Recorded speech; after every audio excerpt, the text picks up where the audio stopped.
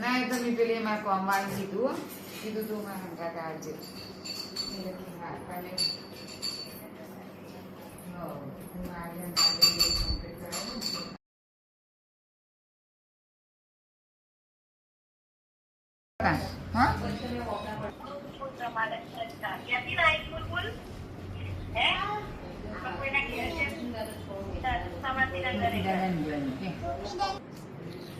જો ખાય જો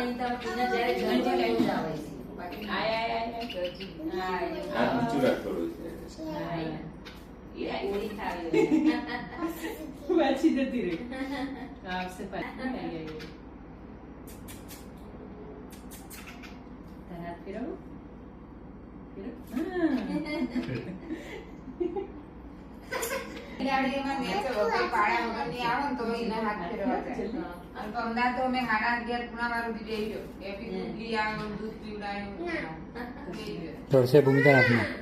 બિલાડી તો તમે બચ્ચું આવે ને તો બેહી રહે તમારે હાથ પીવરો ને તો બેસી રહે ઉપર થી મજા આવે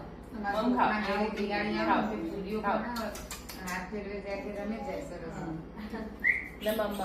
અમે રાજસ્થાન સુન ના હતો તો બિસ્કિટ ખાવા રોજ આવતી તો સોનીઓ બિસ્કિટ ખવડાવે નહીં ખાવું તો આગી જતી રહે. અચ્છા બસ ખાઈ બે ગોળી જ ખાધી હા બધી